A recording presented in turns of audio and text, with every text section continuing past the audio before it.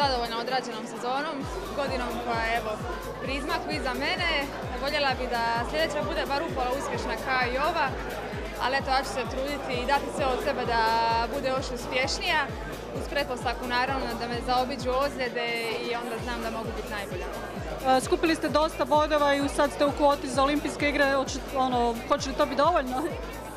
Pa za sada je, ali vidit ćemo. Sljedeća godina se računa 100% broj bodova, tako da ima puno turnira, puno se bodova dijeli, treba biti u fokusu, unutra, treba paziti da se ne desi nekakva ozljeda i onda nema straha.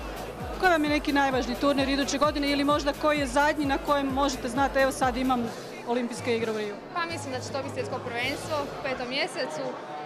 Zlato nosi 120 bodova, bilo bi lijepo, voljela bi eto, nakon europskog zlata imati svjetsko zlato, pa eto, ako daj Bože osvojim zlatom, nekako sam već unutra.